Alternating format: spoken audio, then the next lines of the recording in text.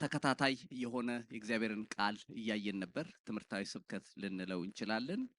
ከከፍታ የሚፈጠፍጥ አካሄድ ወይም ከከፍታ የሚጥል አካሄድ ምን እንደሚመስል ከመጽሐፍ ቅዱስ እያየን ነበር። ያነበብኩት እንግዲህ በአንደኛ ቆሮንቶስ ምዕራፍ 10 ከ9 ጀምሮ እስከ 13 ያለውን ነው። በተለይ ግን እኔ የምፈልገው ቁጥር 12ን ነው። ማንም እንደቆመ የሚመስለው እንዳይወድቅ ይጠንቀቅ የሚለውን ነው። ሰው ስለቆመ ብቻ ስለቆመ በቃ 100% ምንም አልሆንም ማለት የለበትም። የገባችሁበት ህይወት ከቆማችሁ በኋላ እንደገና በጥንቃቄ የሚቆምበት ነው። በቃ ዝም ብዬ ቆም ያለው ብላችሁ እንደፈለጋችሁ የምትሆኑበት አይደለም። አለዛ መውደቅ አለ ነው የሚለው እና ዝቅ ብሎ ለሰው ሁሉ ከሚሆነው በቀር ምንም ፈተና አልደረሰባችሁም ይላል። በሌላ አነጋገር ቀስ ብለን ስናየው ፈተናዎች አሉት። የገባችሁበት ህይወት ሊጥል የሚችል ፈተና አለ የሚል ነው እና ከነኚህ መካከል የተለያዩ ነጥቦችን አይተናል። በነገራችን ላይ በአማኝ ህይወት ሰይጣን መቼም የራሱ የሆነ ስትራቴጂ አለው። ሰዎችን ይፈትናል፣ የተለያየ መንገድ ይጠቀማል ብንልም ዳይሬክት ግን መጥቶ እጅ የመጠምዘዝ ኃይልና ስልጣን የለውም። አሜን በሉ እስቲ። ምንድነው የሚያደርገው? እኛን በእኛ ላይ ያስነሳል ወይም ሰዎችን በተለያየ መንገድ ከህይወት መንገድ እንድንወጣ መንገድ እንዲከፍቱ ያደርጋል እንጂ ዳይሬክት እኛን መንካት አይችልም። አውቆ ግጥምጥሞሽ በሚመስል ነገር ስራዎችን ይሰራል። ታውቃላችሁ። በቃ አውቆ የአንድ ሰው በተለይ ድካሙ ይጠናል። በመንፈሳዊ ዓለም ታውቃላችሁ። ምንድነው የሱ ድካም፣ ምንድነው የሱ ድካም ተብሎ ከታወቀ በቃ ያንን እንደውም ለክፉ ቀን ያስቀምጡታል። በቀላሉ ነው እሷ የምትቆጣው ከተባለ ለምሳሌ ያው የኢትዮጵያኖች 99% ችግር ስለሆነ ነው። በቃ እንዴት እንደምትቆጪ እንደምትቆጣ ይሰራል ማለት ነው። ውሸት ከሆነ ችግር እንዴት እንደምትዋሽ አውቆ አቀናብሮ ያመጣልሃል። ከዛ አንተ ደግሞ በቃ ያው ቀዳዳው ነው በዛው ትሄዳለህ፣ በኋላ ትባንናለህ ማለት ነው። እና ምንድነው ልል የፈለኩት በአጋንንቶች ዓለም እንጠናለን። ግን አማኝ ደግሞ እንዲቆም እንዲጸና በወጣበት ከፍታ ከጌታው ጋር አብሮ በትክክለኛው ህይወት አካሄድ እንዲሄድ ተጠርቷል። እና ምንድናቸው ብለን ካየናቸው ነጥቦች ውስጥ በመጀመሪያው ቀን እግዚአብሔር ባለን ስፍራ አለመሆን ከእግዚአብሔር ሐሳብ ይጥላል ብለናል። አንዳንዴ ነገሩ ይመችና ነገሩ ለስጋ የሚመቻች የተደላደለ ይሆንና የእግዚአብሔር ሐሳብ የሌለበት ይሆናል። እንዴት አደገኛ እንደሆነ ተመልከቱ። እናንተ የምታዩት እዛ ጋር ፊዚካሊ ኮምፎርታብል ነው፣ ይመቻል በቃ። ግን እግዚአብሔር እዛ ጋር የለውበትም ብሎ ሊሆን ይችላል። ስለዚህ ያለውን ትግል አስቡት፣ እግዚአብሔር ወዳለበት ሐሳብ ለመሄድ። ስለዚህ አማኝ ግን ሁልጊዜ እግዚአብሔርን በሚለው ስፍራ መሆን አለበት። ሁለተኛው ትኩረትን በምድራዊ ነገር ላይ ማድረግ ብለናል። አማኝ ምድራዊ ነገር ላይ ፎከስ እንዲያደርግ አልተጠራም። እግረ መንገድ ነው በቃ። ሌላውም ሁሉ የተባሉ ናቸው፣ ይጨመራሉ የተባሉ ናቸው። እኛ ዋናው የእግዚአብሔር መንግስት ነው፣ ጽድቁ ነው ትኩረታችን። ሶስተኛው የቀደመውን መልካም ነገር መተው ብለናል። ይሄም ከከፍታ ይጥላል። እዛ ከፍታ ላይ እንድንወጣ ያደረገን በጎነት አለ፣ በእግዚአብሔር ፊት የታየልን ነገር አለ። እሱን ይዞ ማስቀጠል ይገባል። አራተኛው በትዕቢት መያዝ ነው ብለናል። ይሄም መጽሐፍ ቅዱስ ላይ ብዙ ሰዎች አይተናል። ናቡከደነጾር በተለይ የማይተካ ነው በምሳሌነቱ። በቃ አገር የተቆጣጠረ ነገስታትን በሙሉ የገዛ ንጉስ ነው። ግን በትዕቢቱ ምክንያት ከእግዚአብሔር ዘንድ እንዴት እንደተጣለ አይተናል።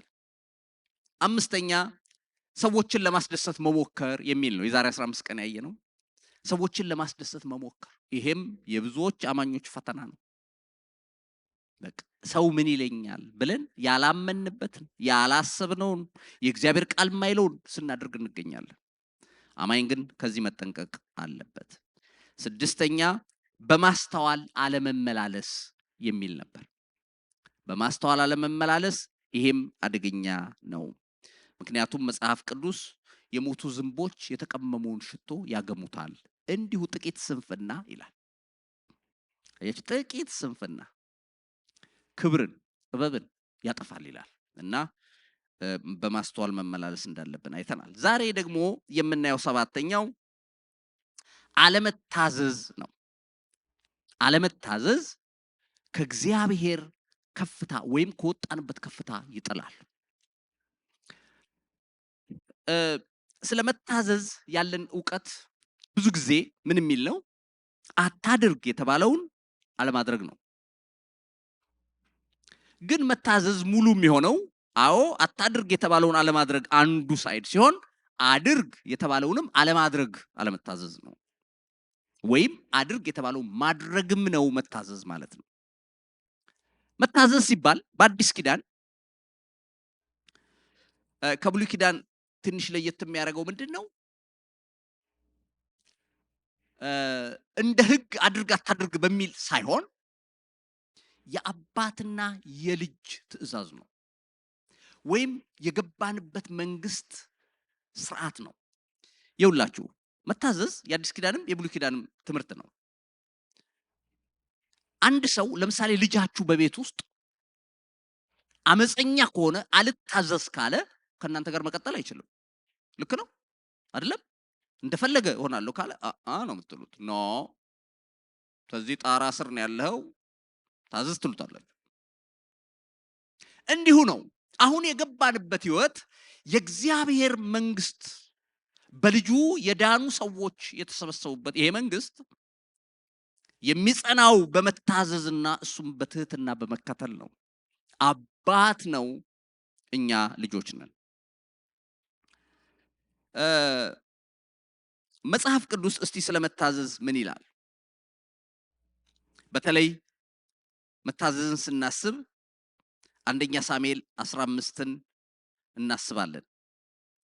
አንደኛ ሳሙኤል ምዕራፍ 15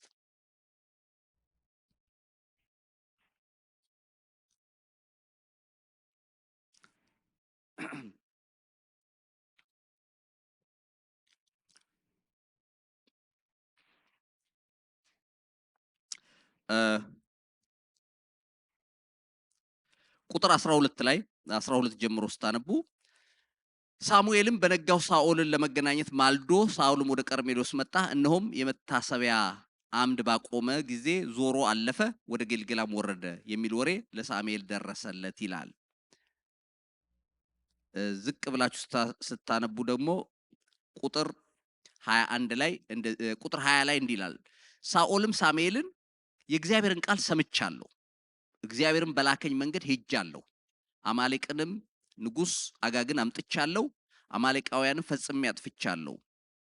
ህዝቡ ግን ለአምላክ ለእግዚአብሔር በጌልጌላ ይሰዋ ዘንድ ከእርሙ የተመረጡትን በጎችና በሬዎች ከምርኮ ወሰዱ አለው። ሳሙኤልም ይሄን ነው በተለይ የምፈልገው፣ በውኑ የእግዚአብሔርን ቃል በመስማት ደስ እንደሚለው እግዚአብሔር በሚቃጠልና በሚታረድ መስዋዕት ደስ ይለዋልን?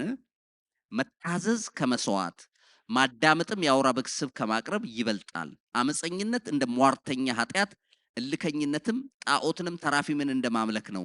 የእግዚአብሔርን ቃል ንቀሃልና እግዚአብሔር ንጉስ እንዳትሆን ናቀህ አለው ይላል። ይሄ በጣም አስፈሪ ስለመታዘዝ ከተነሳ አስደንጋጭ ቃል ነው። ሳሙኤል እንደምታውቁት ሚሽን ተሰጠው። ይው መታዘዝ የሚለውን ቃል ትንሽ ለማብራራት ያክል መታዘዝ ማለት መስማማት አይደለም ወይም መግባባት አይደለም ከእግዚአብሔር ጋር። ታዛዥ ሁን ተብለ አንድ ቃል ሲነገርህ ወይም ሲነገርሽ ብታምኝበት ጥሩ ነው፣ ባታምኝበትም ችግር የለም። መታዘዝ ግዴታሽ። ተግባብተናል? እግዚአብሔር እስካለ ድረስ መታዘዝ የሚለው ቃል እንዳውም የሚሰራው ሳታምንበት ሲሆን፣ ካመንክበት በድርድር ተማምነህ ነው ማለት ነው። ከሰውም ጋር እንደሱ ልታረገው ትችላለህ። እግዚአብሔር ግን ታዘዙኝ ሲል ቢገባንም ባይገባንም ውጤቱ ምን እንደሆነ ብናውቅም ባናውቅም እግዚአብሔርን ለሚለው ሐሳብ መገዛት ነው። እሱ በሚፈልገው የህይወት አቅጣጫ መሄድ ነው። ስለዚህ ስለመታዘዝ ስናስብ የኛን ምቾት ሰዎች ምን ይሉኛል ምናምን የሚሉትን ነገሮች ሁሉ ወደ ጎን ማድረግ ያስፈልጋል። በዚህ ክፍል ላይ አማሌቃውያንን ፈጽመህ አጥፋ ተብሏል። ንጉስ ነው ሄዶ አቤት በክርስትና ውስጥ የሚያስደነግጠኝ ነገር 9 ከ10 አያድንም። ታውቃለህ ሙሉ ነው መሆን ያለበት። አትስረቅ ያለው ደግሞ አታመንዝር ብሏል ይላል መጽሐፍ ቅዱስ። ሄዶ አጠፋ እኮ በጣም ብዙ ገሏል። ኦፍ ኮርስ አመልጠው ይሁን ትቷቸው ይሁን አይታወቅም። በኋላ አማሌቃውያንም ይታያሉ በመጽሐፍ ቅዱስ። ብዙ አጥፍቷል፣ ግን ንጉሱን ማረከው ይላል። ይኸው አሁን ለምን እንደማረከው እንግዲህ ዲቴሉን ማወቅ አይቻልም። ነገስታት እንደሱ ያደርጉ ነበር። እግዚአብሔር ግን አሁን አጥፋን ያለው። ከዛ አልፎ በሬዎቹ ሲያያቸው በጣም የሚያማምሩ ናቸው። ሌላ ጊዜ ለመስዋዕት የሚፈለግ በሬ በቃ ሁሉ በየአይነቱ እዛ ውስጥ አለ። ስለዚህ ምን አለ? እነኝን ተዋቸዋል፣ ለእግዚአብሔር መስዋዕት እናደርጋቸዋለን፣ ለእግዚአብሔር መስዋዕት እናቀርባቸዋለን እና በሬዎቹን ይዞ መጣ። በጓሮ አስቀምጦ ሳሙኤል ደግሞ ተኝቶ ሰማ ከእግዚአብሔር ባሪያዬ አልታዘዘኝም የሚል። ከዛ ሳሙኤል ቀጥ ብሎ መጣና ለምንድን ነው እግዚአብሔርን ቃል ያልሰማኸው አለው። ለምንድን ነው ያልታዘዝከው ሲለው አረ እኔ ታዝዣለሁ አለ። አማሌቅን አጥፍቻለሁ፣ የተባልኩትን ሁሉ አድርጌያለሁ አለ። ምንም የቀረ ነገር የለም ሲለው ድንገት ከሱ ጋር እያወሩ በሬ ከጓሮ መጮህ ጀመረ። ይላሉ በሬዎች። ከዛ እነኚህ ስምሰማው ታዲያ በሬዎች ግሳት ምንድነው? አንተ ሰላም ነኝ እኔ ከጌታ ጋር ትላለህ፣ ይሄ የሚጮኸው ኃጢአት ሲለው አይ እሱን ህዝቡ ነው አለ። አሁን ደግሞ መጀመሪያ ራሱ እንትን ብሎ ግን አሁን ችግር ሲሆን ደግሞ ህዝቡ ነው አለ። ህዝቡ ነው ለአምላክ ለእግዚአብሔር መስዋዕት ሊያቀርቡ ነው፣ ለጉድ ለጥሩ ዓላማ ነው ያመጡት አለው። እንዲህ አለው በውኑ የእግዚአብሔርን ቃል በመስማት እግዚአብሔር ደስ እንደሚለው በሚቃጠልና በሚታረድ መስዋዕት ደስ ይለዋልን? ጥያቄ ነው። የቱ ነው ከሁለቱ የሚበልጠው ብለህ ካልከኝ አምልኮ ወርሺፕ ላርግ ወይ የሚቃጠል መስዋዕት ላርግ ማለት ይመስልሃል? ፕራዮሪቲው በእግዚአብሔር ዘንድ አለው። ልንገርህ፣ ቅድሚያ እግዚአብሔር የሚፈልገው ቃሉን ሰምተህ ለመታዘዝ ያለህን ትኩረትና ክብደት ነው። አንተ ግን ከቃሉ ውጪ እግዚአብሔር ተናግሯል፣ ልክ እሱ ሲናገር ያንን የመስማት ኃላፊነት አለብህ። አንተ ግን አሻሽለህ አሳምረህ ልታቀርበው ትሞክራለህ። አይሆንም። መታዘዝ ከመስዋዕት ማዳመጥም የአውራ በግ ስብ ከማቅረብ ይበልጣል። አመፀኝነት እንደ ሟርተኝነት እልህኝነትም ጣዖትን ተራፊምን እንደማምለክ ነው። የእግዚአብሔርን ቃል ንቀሃልና እግዚአብሔር ንጉስ እንዳትሆን ንቆሃል አለው። ውሽ ለስጋ ለባሽ አስፈሪ ቃል እንዴት ያስደነግጣል! ለመሆኑ ምንድነው አመፀኝነት እልህኝነት የሚለው? ያነበዋል፣ ሰውየው ነብይ ነው። በውስጡ ያለውን አመፀኛነት ያያል፣ እልህኝነት ያያል። ከእግዚአብሔር ይልቅ ከእግዚአብሔር ቃል ይልቅ ያከበደውን ለሱ ነው መልስ የሚሰጠው። ጣዖት ተራፊም የሚያመልኩ ሰዎች ካንተ ይሻላሉ ነው እያለው ያለው። የማይታዘዝ አመፀኛ ትውልድ ከምትሆን ብሎታል። ካንተ ይልቅ ወይም እንዳንተ ከነሱ ጋር እኩል ነህ። ተራፊምን እንደሚያመልኩ ጣዖት እንደሚያመልኩ ሟርተኛ እንደሆኑ ጠንቋይ ቤት እንደሚሄዱ ሰዎች ወይም ራስ ጠንቋይ የሆንክ ያክል ነው ይለዋል። እግዚአብሔርን አልታዘዝክምና ያለመታዘዝ ክፋቱ ምን መሰላችሁ? ኮንሲኩዌንስ አለው፣ ውጤት አለው። ምን የሚል መሰለ? ከወጣበት ከፍታ ወድቀሃል የሚል። ተመርጠህ ነበር ለክብር፣ የታጨህለት ክብር ከፍታ ነበር። አገር እንድትመራ እግዚአብሔር ከዚህ ሁሉ ህዝብ ለይቶ ነበር። አሁን ግን ናቀህ አለው። ወገኖቼ አለመታዘዝ በእግዚአብሔር ዘንድ ያስንቃል። ሲጀምር እንደነገርኳችሁ መታዘዝ የአዲስ ኪዳንም የብሉይ ኪዳንም ትምህርት ነው።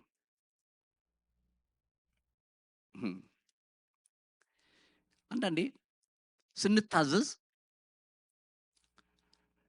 ለጊዜው የምናየው ውጤት ራሱ ደስ የማያሰኝ ይሆናል።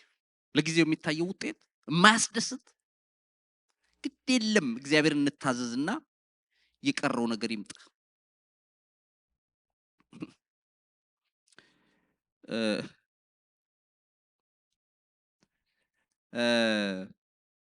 በሌላ በመጽሐፍ ቅዱስ ክፍል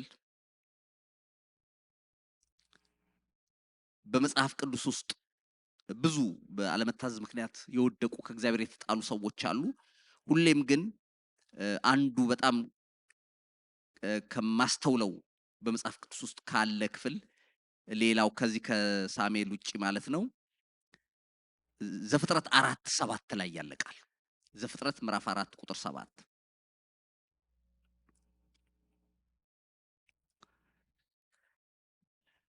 ከቁጥር 6 ጀምሮ እንዲህ ይላል። እግዚአብሔርም ቃየልን አለው፣ ለምን ተናደድክ?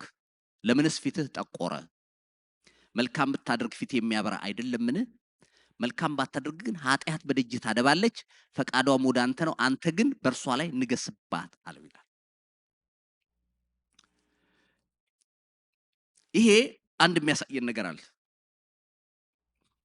ልክ የቃየልን መናደድ አይታ ኃጢአት መጣ ይችላል፣ ወደ በር ደርሳለች ይላል፣ በደጅህ ናት ይላል።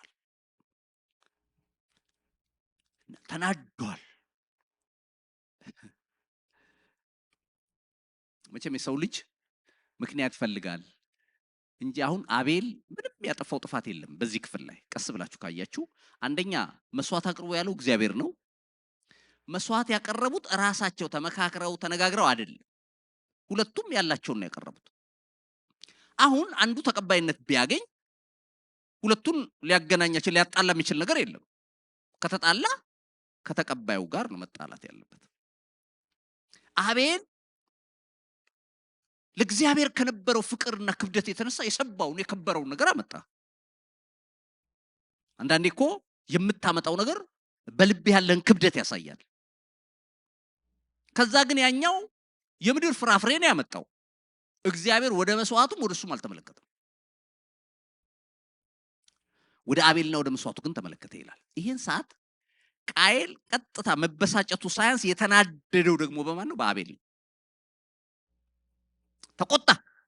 ከዛ እግዚአብሔር አየውና እድል ሰጠው።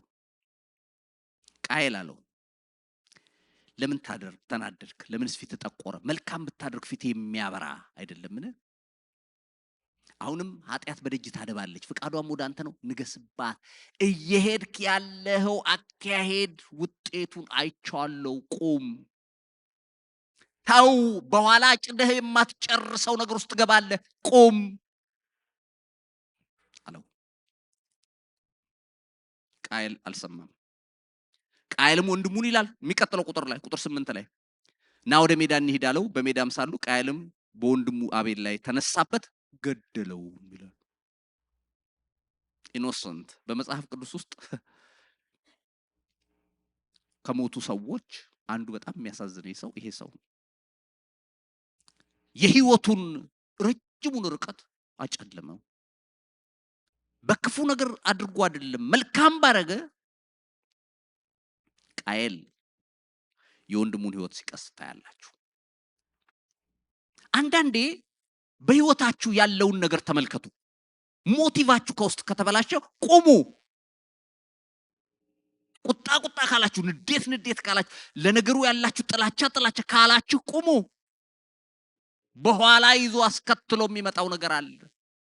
ቤት ያፈርሳል፣ ከሰዎች ጋር ያጣላል፣ ሊመለስ ወደማይችል የህይወት ውሳኔ ውስጥ ያስገባል። ስለዚህ እንደ አማኝ እግዚአብሔርን እንዳይበድል መጠንቀቅ ያስፈልጋል። ታዛዥ የሆኑ ሰዎች እግዚአብሔር ጉብኝት ያደርግላቸዋል። ሄቲ የሚባል ሀገር ውስጥ አንዲት ሴት ክርስቲያን ናት እና በታዛዥነት ነው የምትኖረው። እግዚአብሔርን ፈርታ ነው የምትኖረው። ግን ባለቤቷ ሞቶ ነበርና ችግር ገጠማቸው ቤት ውስጥ። ልጆቿን የምታበላው ይቸግራት ጀመር እና የተገኘውን ነገር እንደምንም እያለች እያመጣች አንድ ቀን ግን እየጸለየች በመንፈሷ እግዚአብሔር እንዲህ የሚል ልቧ ላይ ያመጣባት የፈለጋችሁትን ምንድነው ዛሬ ምሳ የምትበሉት በያቸው አላት። ከዛ መጣችና እናትየው ጠዋት ሲነሱ ዛሬ ምሳ ምንድነው መብላት የምትፈልጉት አለች። ተያዩ ልጆቹ ያውቃሉ የቤታቸውን። ከዛ አንደኛው እኔ ሚት ቦል ባገኝ በጣም ደስ ይለኛል አለ። እሺ አለች። አንተ ስለ እኔ ቺክን ባገኝ አለ። አንደኛው ራይዝ አለ። በቃ ብቻ የሚወዱትን ምግብ ጠሩ። ከዙ በጣም ጥሩ በቃ ምሳ እሱን ትበላላችሁ አለች። እናንተ የፈለጋችሁትን እሱን ትበላላችሁ ስትል ያው እንግዲህ የደሃ ቤተሰብ ነው እንደነገርኳችሁ። እንትኖቹ ፕሌቱ ምንድን ሳህኑ እዛ ተቀምጧል እና ሳህኗ ሄዳ ድመት ትንከባለልበታለች። ባዶ ነው ገባ ምንም የለም ነው። ከዛ ልጁ አንደኛው ምን አለ ማሚ ባዶ ሳህን ላይ ድመት እየተንከባለለች ምሳ ራይዝ ሚትቦል ቺክን ምናምን ትበላላችሁ ትያለሽ አለች አላት። ግድ የለም እግዚአብሔር ያዘጋጃል አለች። ከዛ ልጆቹ ወደ ትምህርት ቤት ሸኘቻቸው። ከዛ እሷ መጸለይ ቀጠለች። ከዛ ኒክኔም አለ እንግዲህ አይደለ በየማህበረሰቡ እና አንድ ከርቀት ሰፈር ያለች ምታቃት በኒክኔሟ ትጠራታለች ከሌት እያለች አቤት ብላ በር ከፍታ ስትወጣ ትልልቅ ሳህን 2-3 የተደራረበ ይዛለች። ምንድነው ትላት ጌታ ለሊት ተነሻለኝ 4 in the morning ምንድነው ስለው ሚትቦል ራይዝ ቺክን ስሪ አለኛለች። ስለው በርከት አርገሽ ስሪ ልጆቼ ተርበዋል እና እዛው ውሰጂ ብሎ ይኗለች። በኋላ ይዛ መጣች። ልጆቹ ከትምህርት ቤት ሲመጡ ብፌያቸው ሞልቷል። የገረመኝ የዚች እምነት እንዳለ የሚያስደንቅ ሆኖ ሳለ የዛችኛዋ መታዘዝ አይገርምም? ስንቶቻችን ተኝተንበታል። አየ በተለይ ኮስቲ ከሆነ ወጪ ካለው አንሰማም፣ አናይም፣ አይገባንም፣ ያስወጣል፣ ዋጋ ያስከፍላል። ግን እግዚአብሔር ከዛ ጀርባ በረከት አለው። ሁሉ ጊዜ እግዚአብሔር መጀመሪያ መታዘዛችንን አይቶ ከዛ በኋላ የሚለቅልን ነገር አለ። አሜን በሉ እስቲ። ስለዚህ ለእግዚአብሔር መታዘዝ ኪሳራ የለውም፣ የሚታደገው ነገር አለ። ስለዚህ ወገኖቼ ቅድም እንዳልኩት መታዘዝ ሲባል እኔን እስኪያሳመነኝ መጠበቅ የለብኝም። እግዚአብሔር ካመነበት በቂ ነው።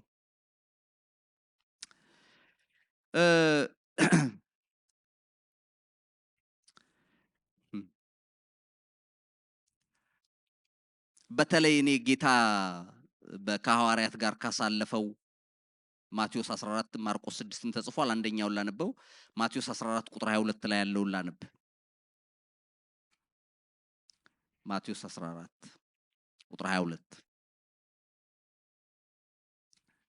ወዲያውም ህዝቡን ሲያሰናብት ሳለ ደቀ መዛሙርቱ በታንኳ ገብተው ወደ ማዶ እንዲቀድሙት ግድ አላቸው የሚለው ቃል ነው።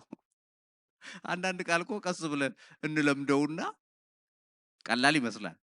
እነኚህ ሰዎች ግድ አላቸው የሚለው ቃል ምንድነው? መሄድ አልፈለጉም ማለት ነው ሰዎቹ አይደለም እንጂ ዝም ብለህ አንድ ሰው የሆነ ቦታ ሄድ ስትለው እሺ ብሎ ከሄደ ግዴታ ለምን ያስፈልገዋል? ግድ የሚለው ቃል ምንድነው ማለት ነው? ሬዚስተንስ አለ ማለት ነው። ተቋቁመዋል ማለት ነው። ለመሄድ አልፈለጉም። ደሞም ሪዝነብል አይመስልም። መሽቷል። በዚህ ሰዓት መሄድ አልፈለጉም እና እንዲሄዱ ሲላቸው ነው ሲሉ ግድ አላቸው ይላል። መታዘዝ ማለት ይሄ ነው። ይሄን ወታደር ቤት የኖሩ ሰዎች ጥሩ ሊያብራሩልን ይችላሉ። በወታደራዊ ትእዛዝ ብዙ ወዳጆች ሲያወሩ እንደምሰማው ትእዛዝ ከታዘዝ አለቃ ካዘዘ ብዙ ማብራሪያ መጠየቅ የለብህም። ብትጠይቅም የሚመልስልህ የለም። አድርግ ነው የምትባለው። ሰላምታ ሰጥተህ ዞረ መሄድ። አዛዥህ ነዋ፣ አለቃህ ነው ያዘዘህ። እና በጌታ ህይወት ደቀ መዛሙርት ተከትለውታል። አይ ሁሌ የምጠቅሰው አንድ ቃል አለ አይደለም? ልትከተሉኝ ትወዳላችሁ ወይ ብሎ ጠይቆ ነበር። አዎ። እርግጠኛ ናችሁ? አዎ። እንግዲያውስ ስትከተሉኝ በረከት በበረከት ትሆናላችሁ፣ እንጀራ አይጎልባችሁም አይደለም ያላቸው። ልትከተሉኝ ወስናችኋል? አዎ። እንግዲያውስ መስቀል ትሸከማላችሁ፣ ራሳችሁን ትክዳላችሁ። እናት፣ አባት፣ እህት፣ ወንድም፣ ልጄ ምናምን የለም፣ እነሱን ሁሉ ትክዳለህ። ከዛ ነው የምትከተለኝ። አምነህበታል? አዎ ተከተል። ካላመንክስ አትከተል። መጀመሪያውኑ አምነህ ግባበት። የገባህበት ህይወት መስቀል አለው። ራስን የሚያስክድ ነው። ለምን? በኋላ እኔ በዚህ ውጣ ስልህ እምቢ እንዳትል መካድን እርግጠኛው። ግባ ስልህ አልገባም እንዳትል ክደህ ከሆነ የተከተልከኝ በዚህ ውጣ ስልህ ትሄዳለህ። በምሽት በባህር ላይ ሄድ ካልኩ መሄድ ነው ያለብህ። መታዘዝ ሲለምዱት ቀላል፣ ካልገባ ግን ትግል ያለው ህይወት ነው። እና ጌታ ወደ ማዶ እንዲሄዱ ግድ አላቸው ይላል።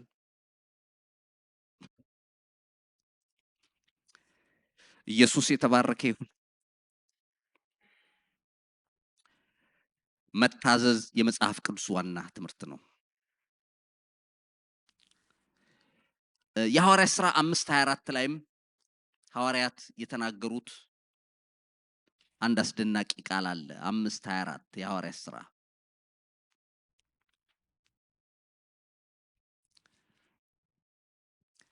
የመቅደሱም አዛዥና የካህናት አለቆችም ይህን ነገር በሰሙ ጊዜ እንጃ ይህ ምን ይሆን እያሉ ስለ እነርሱ አመነቱ። አንድ ሰው መጥቶ እነሆ በወህኒ ያኖራችኋቸው ሰዎች እየቆሙ ህዝቡንም እያስተማሩ በመቅደስ ናቸው ብሎ አወራላቸው። በዚያን ጊዜም አዛዡ ከሌሎቹ ጋር ሄዶ አመጣቸው። በኃይል ግን አይደለም፣ ህዝቡ እንዳይወግሯቸው ይፈሩ ነበርና አምጥተውም በሸንጎ አቆሟቸው። ሊቀ ካህናቱም በዚህ ስም እንዳታስተምሩ አጥብቀን አላዘዝናችሁምን? እነሆም ኢየሩሳሌምን በትምህርታችሁ ሞልታችኋል፣ የዚህንም ሰው ደም በእኛ ላይ ታመጡብን ዘንድ ታስባላችሁ ብሎ ጠየቃቸው። ጴጥሮስና ሐዋርያት መልሰው ከሰው ይልቅ ለእግዚአብሔር ልንታዘዝ ይገባል። እናንተ በእንጨት ላይ ሰቀላችሁ የገደላችሁት ኢየሱስ የአባቶች አምላክ አስነሳው። ይህንንም እግዚአብሔር ለእስራኤል ንስሐ የኃጢአትም ስርየት ይሰጥ ዘንድ ራስም መድኃኒትም አድርጎ በቀኙ ከፍ ከፍ አደረገው አሏቸው ይላል። ዋው! ይሄውል መታዘዝ ማለት ይሄ ነው። እዚህ ጋር ሰይፍ የያዙ ጎመድ የያዙ ሰዎች በዚህ ስም እንዳትናገሩ አላዘዝንም ወይ ሲሉ ከናንተ ይልቅ የምንሰማው አለ፣ የምንታዘዘው አለ ማለት ነው። አየ ቀላል አይደለም፣ ግን ወስነዋል። የጨከኑ ሰዎች ስለሆኑ ምንም አይነት ውጤት ቢመጣ ለነሱ ጉዳያቸው አይደለም። እንዳውም ዝቅ ብላችሁ ስታነቡ እንደገረፏቸው ይታያል። መጽሐፍ ቅዱስ ይናገራል። ደበደቧቸው። ቁጥር 40 ላይ እንዲህ ይላል፣ ሰሙትም ሐዋርያትንም ወደ እነሱ ጠርተው ገረፏቸው፣ በኢየሱስም ስም እንዳይናገሩ አዘው ፈቷቸው። እነርሱ ስለ ስሙ ይናቁ ዘንድ የተገባቸው ሆነው ስለተቆጠሩ ከሸንጎ ፊት ደስ እያላቸው ወጡ። ዕለት ዕለትም በመቅደስና በቤታቸው ስለ ኢየሱስ እርሱ ክርስቶስ እንደሆነ ማስተማርና መስበክን አይተውም ነበር። አየ ትሄዳለህ፣ መንግስት በሚያዝህ በዚህ ውጡ ሲል ታክስ ክፈል ሲል ትከፍላለህ፣ ይሄን ነገር አድርጉ ካለ ታረጋለህ። እያልክ እየሄድክ አብረህ የሆነ ቦታ ላይ እግዚአብሔርን የሚተላለፍ ነገር አድርግ ሲል አላረግም ትላለህ። ዋጋ ትከፍላለህ። አዎ ተገረፉ እነኚህ ሰዎች። ይህን ስም በመጥራታቸው ጀርባቸው እስኪተለተል ገርፈዋቸዋል። ግን ከሸንጎ ሲወጡ የመለሱት ምላሽ ደስ እያላቸው፣ ወይ ጉድ! እኛን በዚህ ቦታ አስገብታችሁ አይታችኋል? ተገላመጠን ብለን እንቅልፍ የምናጣ ሰዎች፣ ሰው ተናገረኝ ብለን በቃ እነሱ ተገረፉ፣ ጠርተው ገረፏቸው ይላል። በኢየሱስም እንዳይናገሩ አዘውን የፈቷቸው። እነሱ ግን ስለ ስሙ ይናቁ ዘንድ የተገባቸው ሆነው ስለተቆጠሩ ከሸንጎ ፊት ደስ እያላቸው ወጡ።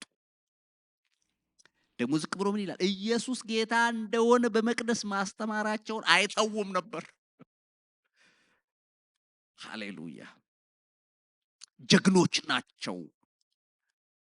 ያው አንድ ክርስቲያን በትክክል ከኖረ እኮ ታውቃለህ አገር እንደሚያናውጥ አገር እኮ ያነቃንቃል። አሁን በመካከለኛው ምስራቅ ምናምን ኤዥያ ሂድ ቻይና ምናምን የሚፈራው ክርስቲያን ሌላ እኮ ስንት አይነት 150 አይነት እምነት አለኝ ብትል ማንም አይነገር። ጣዖት የፈለግከው አይነት አለኝ ብትል ማንም አይጣላም። ኢየሱስ በልስቲ ያለውን ሁሉ ነው የሚያመጡ። አሁን ቻይና ጌታን የሚቀበል ሰው በጣም አምኖበት ነው የሚቀበል። እንደኛ ጌታን ተቀበላለህ እሺ ብሎ የሚቀበል እንዳይመስል። ለምሳሌ አሴም ታይም ልክ ከወሰነ ለመሞት ነው የወሰነው። ፊዚካሊ ይገደላል ከተገኘ። ግን አሁን በጣም ሰፍቷል። በሚሊዮን የሚቆጠሩ ሆነዋል። እግዚአብሔር የተመሰገነ ይሁን። ለምንድን ነው ክርስትና ዋጋ እንደሚያስከፍል ማመን ያስፈልጋል። ሐዋርያት ይህንን የኖሩት ለእግዚአብሔር ታዘው ነገራቸው እንዳለፈ መጽሐፍ ቅዱስ ያስተምረናል። እግዚአብሔር አምላክ የተመሰገነ ይሁን። ሌላው ስለመታዘዝ አንድ ሐሳብ ላንሳና ወደሚቀጥለው ነጥብ ልሂድ። ኤርምያስ 35:14 ላይ ኤርምያስ 35:14 ከዚህ በፊት በሌላ መልክ ሐሳቡን አንስቼው አውቃለሁ፣ ግን ስለመታዘዝ ከተነሳ የሚነሳ ሐሳብ ነው። የሬካብ ልጅ ኢዮናዳብ ልጆቹ የወይን ጠጅ እንዳይጠጡ ያዘዛቸውን ቃል ተፈጸመ፣ ለአባታቸውም ትእዛዝ ታዘዋልና እስከ ዛሬ ድረስ አይጠጡም። እኔም በማለዳ ተነስቼ ተናግሬያቸዋለሁ፣ ተናገርኩ፣ ሆኖም አልሰማችሁኝም ይላል። ይሄንን እግዚአብሔር ነው ያለው። የሬካብ ልጆች ኢዮናዳብ የሚባል ሰው ስለሱ ልጆች ነው የሚያወራው ከቁጥር 1 ጀምሮ 35ን ስታነቡ እና አቤት እግዚአብሔር እኮ ጥበበኛ ነው። እነኚህ ሰዎች ይሄ በቤተሰብ መካከል የተወሰነ ውሳኔ ነው፣ ግን እግዚአብሔር ያውቅ ስለነበር ኤርምያስን ጠራውና እስቲ ሂድና እዚህ ፋሚሊ ውስጥ ግባ። የሬካብ የኢዮናዳብ ቤተሰብ ውስጥ ትውልድ ነው፣ የዘር ሐረግ ነው፣ ፋሚሊ ኔማቸው ነው። እንግዲህ አሁን ሬካብ በዚህ ዘመን ቋንቋ ሬካባውያን ነው የሚባሉት እና ተጠሩ። ከዛ ተሰብሰቡ አላቸው። አንድ ቤት ውስጥ ተሰበሰቡ። ሂድና አለው እግዚአብሔር ማትበላቸው ወይን ጠጅ ቅዳና አምጣለ ስጣቸውና ጠጡ በላቸው አለ። ወደ ጓዳ አስገብተ ከዛ ቀዳና ኤርምያስ አምጥቶ በፊታቸው ቁጭ ቁጭ አረገ። ምንድነው አሉ። ጠጡ አላቸው። አይ አሉ። እግዚአብሔር የሚፈሩ ሰዎች ናቸው እኮ። ግን ምን አሉ? አንጠጣም አሉ። ለምሩ ማጠጡ ጠጡ ሲላቸው አባታችን ሬካብ የነገረን ነገር አለ፣ መጠጥ እንዳትጠጡ፣ እርሻ እንዳይኖራችሁ፣ ቤት እንዳትሰሩ። ሰውየው ምን አይነት ጨካኝ ውሳኔ እንደወሰነባቸው አላውቅም። ገባችሁ? ቤት እንኳን እንዳይሰሩ በድንኳን ኑሩ አላቸው። ወይን ጠጅ የሚባል ነገር የደረሰበት እንዳትደርሱ አለ። እርሻ እንኳን እንዳታርሱ አላቸው። እና በሌላ መስክ ተሰማርታችሁ ኑሩ ነው ያላቸው። ስለዚህ በእግዚአብሔር ነብዩ ኤርምያስ መጣ። ቤት ማለት ትንቀጠቀጣል። ምክንያቱም ሰውየው ቀጥታ የሚያነጋግር ነው እግዚአብሔር። ግን አምጥቶ ጠጡ ሲላቸው አንጠጣም አሉ። ለምን? አባታችን ቃል አስገብቶናል፣ እንታዘዛለን። በዘመናችን አባቴ አይጠጣም ነበር፣ እናቴ አትጠጣም። እንደዚህ በፋሚሊ ዘራችን በሙሉ ይሄን አያረግም፣ እኛም አናረግም አሉ። እምቢ አላቸው። አዎ ብሎ ኤርምያስ ተመልሶ እምቢ አሉ አለው። በልሂድና ለእስራኤል እንዲህ ብለህ ንገራቸው ብሎ ቅድም ቁጥር 14 ላይ ያነበብኩትን የሬካብ ልጅ ኢዮናዳብ ልጆቹ ወይን ጠጅ እንዳይጠጡ ያዘዛቸውን ቃል ተፈጸመ አለ እግዚአብሔር። ለአባታቸው ትእዛዝ ታዘዋልና እስከ ዛሬ ድረስ አይጠጡም።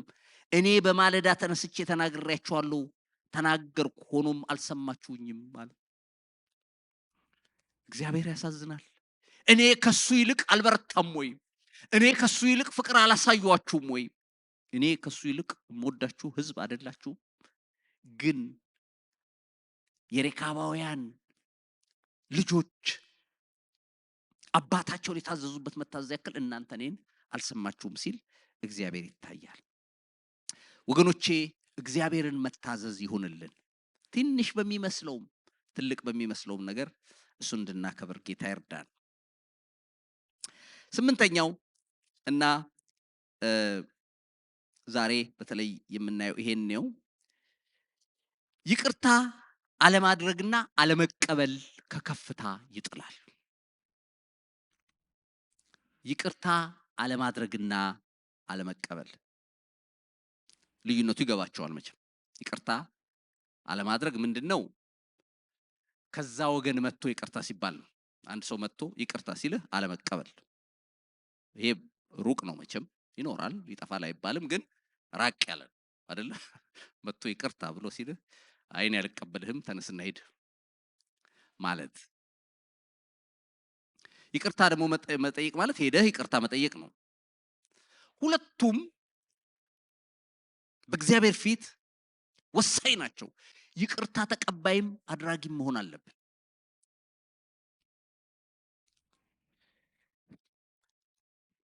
ለመሆኑ ለይቅርታ እንድንቸገር የሚያደርጉን ነገሮች ምንድን ናቸው? ለይቅርታ እንድንቸገር የሚያደርጉን ነገር አንደኛው ምን መሰላችሁ? ከራሴ እንደው ካየሁት ኤክስፒሪየንስ አንዳንድ ጽሁፎችም ሳነብ ያየሁት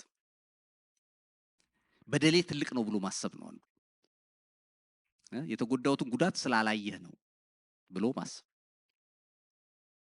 ካገዘፍከው ለይቅርታ ትቸገራለህ። እንዴ ያረገችኝ ስላላወቅሽ ነው ወይም ስላላወቅክ ነው ካልክ አየህ ከብዷል ማለት ነው። አንተ ግን ከዛ የከፋ ኃጢአት ይቅር ተብለሃል፣ ተብለሻል።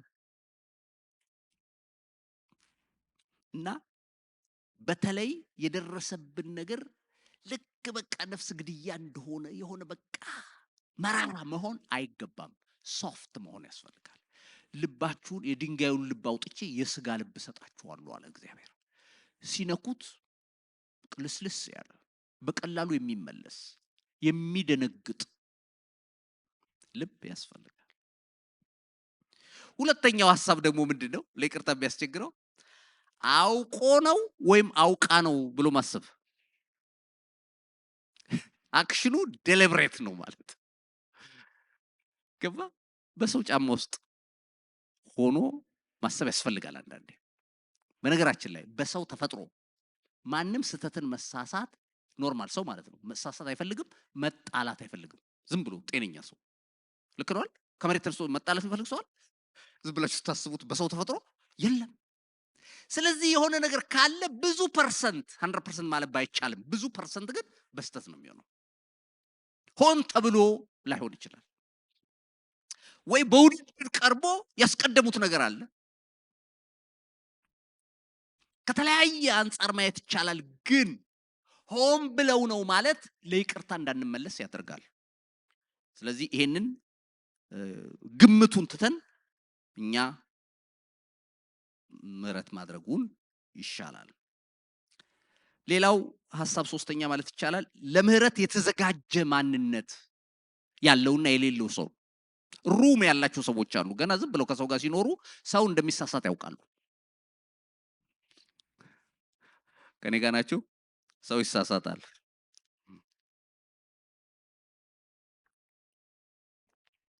ካልተሳሳተ ነው ችግሩ።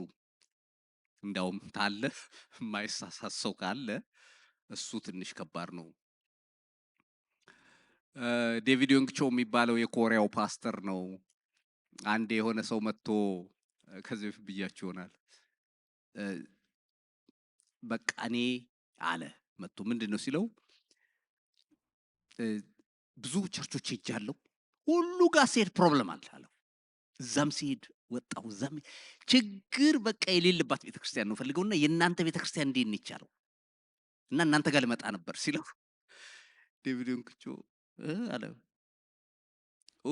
አለ እኛማ ችግር አለን አለው። ችግረኞች ነን አለ። በጣም ማት ችግር ነው ያለብን አለ። ባይኖርብን እንኳን አንተ ስትመጣ ሊጀምር ነው ማለት ነው። ገባ። ምክንያቱም ያው ቸርች ሳይመቸው ዞሮ ዞሮ ከመጣ ይሄ ትንሽ ጤነኛ ሰው ነው ማለት ገባ። 10 ምናምን ቸርች ዞሮ እና እንዲህ ያለው መጨረሻ ላይ የኛ ቸርች ችግር ነው አለው። በጣም ብዙ ችግር አለ፣ ግጭት አለ፣ ብዙ ነገር ስላለ የኛ ቸርች አይሆንም አለው። ፈልጋለሁ ግን ፈልግና ፐርፌክት የሆነችስ የምታገኝ አይመስለኝም አሉ። ታገኘህ ግን አደራ እንዳትገባባቸው። ምን ነው ሲሉ አንተ ስትገባ ይበላሽባቸዋል። ደግሞም ለእኔም ንገረኝ አለው። እኔም ሄጄ እገባለሁ ብሏል። ስለሌለ ነው። ምን ልል ነው? መጽሐፍ ቅዱስ ውስጥ ምህረት የሚል ቃል ተደጋግሞ ተጽፏል። ይቅርታ የሚል ቃል ተደጋግሞ ተጽፏል አይደል? እርቅ፣ ሰላም የሚባሉ እነኚህ ሁሉ የተጻፉት ችግሩ ስላለን። ኮምፒውተር ገና ሲሰራ ፋብሪካው ሲሰራው ዲሊት የሚል በተን ሳይጻፍ ገና አስቀምጧል። ለምንድን ነው ስትሉ ሰው እንደሚሳሳት ይታወቃል። እርሳስ አናት ላይ ላጲስ። ድሮ ደግሞ ታይፕ የሚያደርጉ ሰዎች ኮሬክሽን ፍሉድ የሚሏት አለቻል አጠገባቸው ያስቀምጡ ነበር ገና ሳይጽፉ ገጭ ገጭ ገጭ ገጭ ገጭ። ለምን እንደሚሳሳቱ ያውቃሉ። የእርሳስ ፋብሪካ በደንብ ያስተምራል ስለ ይቅርታ። ሰው እንደሚሳሳት ስለሚታወቅ ገና እርሳሱ ሳይቀርጽ ላው ላይ ላጲስ ተደርጎ አይገርምም? ስለዚህ በምኖርበት ኑሮ ስለ ሰው ልጅ የህይወት ማንነት መረዳት አለብኝ። እኔም እሳሳት ከሆንኩ ሌላው ሰው ይሳሳታል። ይቅርታ ማድረግ መቻል አለብኝ። ከጌታ ጋር ይቅርታ ለማድረግ የሚጨክኑ ሰዎች የሚሄዱበትን የህይወት መንገድ ያበላሻሉ። የሚሄዱበትን የሚሻገሩበትን ድልድይ ይሰብራሉ። የራሳቸውን ድልድይ። አንድ ጽሑፍ ከረጅም ጊዜ ሳነብ ይቅርታ ማድረግ ያልፈለገ ሰው በራሱ ላይ ቤቱን ቆልፎ ቁልፉን ባህር ውስጥ የጨመረ ሰው ይመስላል ይላል። ስለዚህ አማኝ ለይቅርታ የተዘጋጀ መሆን አለበት። ይሄ የሚሆንበት ምክንያት ምንድነው? የተከተልነው ጌታ ይቅርታ አድራጊ ነው። ኢየሱስ የሚታወቀው በነገራችን ላይ መስቀል የመስቀል ሲምቦል ወይም ሳይን ምልክት ዓላማ ምንድነው ተብሎ ቢተረጎም ምህረት ነው፣ ይቅርታ ነው። ስለዚህ ልባችሁ ላይ ሻካራ አይሁን። ከኔና ካንቺ ከኔና ካንተ ይልቅ የተበደሉ ሰዎች ይቅርታ አድርገዋል፣ በመጽሐፍ ቅዱስም ከመጽሐፍ ቅዱስ ውጭ። ብዙ ጊዜ የምናነሳት ሴት አለች አሜሪካ ነገር፣ ልጇ ተገሎባት አንድ ልጇን የገደለባትን ሰው ወህኒ ቤት ሄዳ ይቅርታ የጠየቀች፣ ተመላልሳ እስኪፈታ ድረስ የጠየቀች እሷ ነበረች። አየህ፣ እንደዚህ ህይወትን የሚፈትኑ ሰዎች አሉ በምድር ላይ ቻሌንጅ የሚያደርጉ።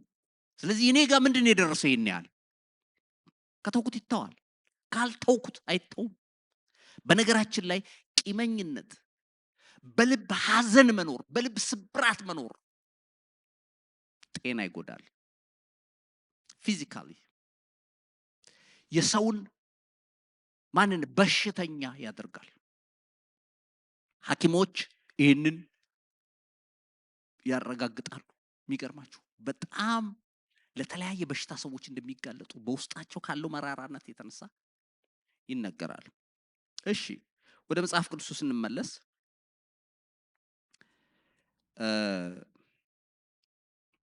ኤፌሶን 4:32 ላይ የእግዚአብሔር ቃል የሚናገረው አለው። ኤፌሶን 4:32 እርስ በርሳችሁ ቸሮችና ርኅሩኆች ሁኑ፣ እግዚአብሔርም ደግሞ በክርስቶስ ይቅር እንዳላችሁ ይቅር ተባባሉ።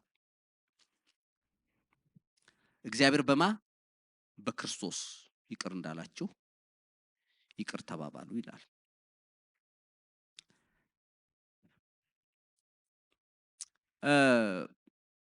ያው ሌላው አንድ አደገኛ ነገር ስለ ይቅርታ ስናስብ በደለኛው እኔ አይደለሁም ብሎ ማሰብ። ይሄ ደግሞ እንዴት ከባድ መሰላችሁ? ያው በአገልግሎት ባሳለፍኩባቸው ዘመኖች ሰዎች ተጋይተው ለማስታረቅ ብዙ ጊዜ ሞክረናል። ግን አንድ ያየው ተመሳሳይ ነገር ነው። ሁለቱም ጋር ሄዳችሁ ስታናግሩ ሁለቱም ጥፋተኛ እንደሆኑ አያውቁ። አንድ ጊዜ እንዳውም በጣም ከመቸገር የተነሳ ሁለት ሰዎች ይቅርታ በል ስል እምቢ ሲሉ ሁለቱን አስቀምጬ በቃ እኔ ነኝ በደለኛው እኔን ይቅር በሉኝ አልኳቸው። ገባችሁ? ይሄ በሰው ተፈጥሮ ደግሞ ሌላው ላይ መላከክ የራሱን አለማየት። ይሄን ጌታም ተናግሯል አይደል? በአይን ላይ ግንድ ምሰሶ አስቀምጠ የሰው ጉድፍ ላውጣ ትላለህ። ደግሞ እኮ ጉድፍ ታያለህ ቢል እኮ ምንም አይደለም። ላውጣ ትላለህ ደግሞ አንተ አይን ውስጥ ምሰሶ ቆሞ ምን ማለት ነው? ሰው የራሱን ችግር አያይም ነው ብዙ ጊዜ አይደለም? የሌላውን ነው የሚያየው። እና እኔ አይደለሁም ብሎ አንዳንድ ሰው በቃ አእምሮውን አሳምኖ ቁጭ ይላል። ግን ለይቅርታ ሁል ጊዜ ለመዘጋጀት እኔም እንዳለሁበት ችግር ውስጥ ማሰብ ተገቢ ነው።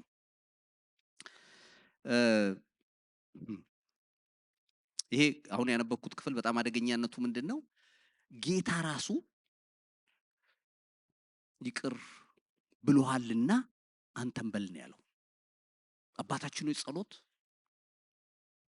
አጭር ናት ግን ሁሉ ነገር አላት ነው አይደል የምንለው? መጽሐፍ ተጽፏል። ብዙ ሰዎች አባታችን ሆይ የሚል መጽሐፍ ጽፈዋል። አባታችን ሆይ በሰማይ የምትኖር ስምህ ይቀደስ፣ መንግስት ትምጣ፣ ፈቃድ በሰማይ እንደሆነች እንዲሁ በምድር ትሁን፣ የዕለት እንጀራችንን ስጠን ዛሬ፣ በደላችንን ይቅር በለን እኛም የበደሉንን ይቅር እንደምንል የምትለው ቃል እንዴት አሳሪ መሰለች። ይኸውልህ በደል ይዘህ ይቅር አልልም ብለህ ካልክ አባታችን ሆይ መጸለይ የለብህም። ለምን መሰለህ? ይቅር በለኝ ብለህ አልተወህም። ቀጠል አድርገህ እኛም የበደሉንን እኔም ይቅር እላለሁ ብለሃል። ፕሮሚስ እየገባህ እና ጌታ ይቅር ስላለ አማኞች ይቅር ማለት አለባቸው። ጴጥሮስም ጌታ ሆይ አለው ማቴዎስ 18:21 ወንድሜ ቢበድለኝ ስንት ጊዜ ልተውለት? 7 ጊዜ ነውን አለው። ይሄኛው ደግሞ የሚያስቀኝ ምን መሰላችሁ? እንዴ በጣም ስንት ጊዜ መሰለ እኮ ይቅር ያልኩት ለምንልም እንዳይሆን አድርጎ ነው ያረጋል።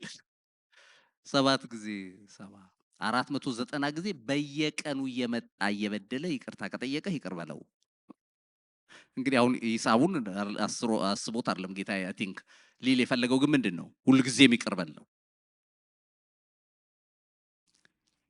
መቼም ይውላችሁ አንድ ጽሑፍ ሳነብ እንደዚህ ይላል፣ ይቅርታ ማድረግ እስረኛን ማስፈታት ነው ይላል። ይቅርታ ማድረግ እስረኛን ማስፈታት ነው። የምትገነዘበው ደግሞ እስረኛው አንተ እንደነበርክ ነው ይላል። በእንግሊዝኛ ስለተጻፈ ወደ አማርኛ መልሼው ምን እንደሚለው እስረኛን መፍታት ነው አለ ይቅርታ ማድረግ። ያም እስረኛ አንተ ነበርክ፣ ይቅር ስትል ትፈታለህ ነው።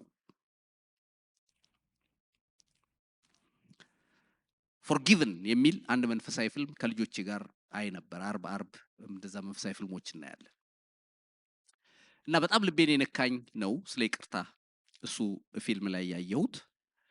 አባታቸው ፓስተር ነው። ጎረምሳ ሴቶች ልጆች አሉት 2 እና ፕሮግራም እንዳለቀ ህዝቡ ሁሉ ከሄደ በኋላ አንዳንድ የሚያስተካክሉትን ነገር አስተካክለው ከአባታቸው ጋር ቆመው ፕሮግራሙ ህዝቡ ሸኝተው ማለት ነው ሁሉንም ስበው ሄደዋል። አባታቸውን ቆመው ያወሩታል። እዚህ ፑልፒቱ መሬት ላይ ቆመው ነው ልጆቹ እያወሩት እሱ እየመለሰላቸው ተለቅ ያለ ሰው ነው አባታቸው። ድንገት በሩ ተበርግዶ የሆነ ሰው ገባ። ምን ይዟል? ጋን ሽጉጥ ይዟል። እንዳትንቀሳቀሷል።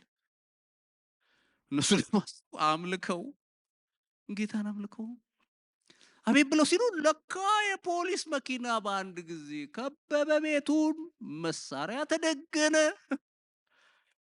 ከኔ ማጅን አምልከው እነሱ ሀገር ሰላም ብለው ከዛ አንዷን ልጅ ጎተታትና ሽጉጡን ጭንቅላቷ ላይ ያዘ። ከዛ እነሱን ቁጭ ብለው አላቸው አባትና ልጅ ቁጭ አሉ። ከዛ በመስኮት ሲታይ ፖሊስ ከቧል፣ ስናይፐር ይዘዋል፣ ምን ይዘዋል፣ ትልቅ ትርምስ። ከዛ በኋላ በማይክ መናገር ጀመሩ። ልቀቃቸው እነሱ። እሱ ምንም መልስ አይሰጥም። ከዛ በኋላ አባትየው ለካ እንደ ልቡን ያመው ነበርና ሸርተት ብሎ ወደቀ። አመሙ። ሲያመው አንዷ ያዘችና ኧረ አባቴ ተማርተ ሂጂ አላት። አሁን ሂጂና ንገሪያቸው መተው ይወሰዱ አለ። እንግዲህ ያው ሮበሪው ማለት ነው። ከዛ በኋላ ሄዳ ነገረቻቸው። አረ እንደዚህ ሆኗል አባቴ ወድቋል ስትል ወዲያው ስትሬቸር ይዘው መጡ። መሳሪያ እንዳይዙ ብለዋል። መሳሪያ ላይ ያዙ መተው ይዘው ሄዱ። ከዛ በኋላ ያው ታሪኩን ለማሳጠር ብዙ መሳሪያ ደግነዋል ምናምን። መጨረሻ ላይ አባትየው እንደሞተ ሰማች። እዛ ሆነ አባትየው ሞተ። ከዛ ልጅቷ ግን እዛ ውስጥ መሳሪያ ይዞባት ትነግረዋለች ስለ ጌታ። ይኸውልህ ኢየሱስ ይወድሃል ፍቅር ነው እንዲህ እያለች እንደውም ተዋትና ቁጭ አርጓት መሳሪያውን ይዞ መስማት ጀመረ። እየሰማ ንስሐ ገባ። እዛ ንስሐ ሲገባ መተው ነው የነገሯት። አባትሽ አልፏል ሲባል ያቺኛዋ ብላ ስትወድቅ እቺ ቆያለች። መሳሪያ ይዘው እንዳለ በር ሰብረው ፖሊሶች ሲገቡ መሀል ላይ ገባችና እኔን ምቱኝ አለች። እንዴት ሲሉ እንዳትነኩት አለች። አባቴ በራሱ ጊዜ ሞቷል፣ እኔ ይቅርታ አድርጌለታለሁ፣ ከእንግዲህ በኋላ እሱ ጌታን ይከተላል ብላ ትናገራለች። እና ያቺ ደግሞ እሱ ሰው ላይ ሚስቱ ላይ መሳሪያ ተኩሶ ምናምን እሷ ምንም አልሆነ ተርፋለች ተብሎ ብቻ ስታስድነው ስትከራከርለት ያሳያል። እና ፎርጊቭን ነው ርዕሱ። ምንድነው ልነግራችሁ የፈለኩት? እግዚአብሔር ይቅር እንዳለን እኛ ሁሉ ጊዜም ለይቅርታ ልብ ሊኖረን ይገባል። እግዚአብሔር አምላክ የተመሰገነ ይሁን። ቂም የያዙ ሰዎች ከእግዚአብሔር ጋር ይተላለፋሉ።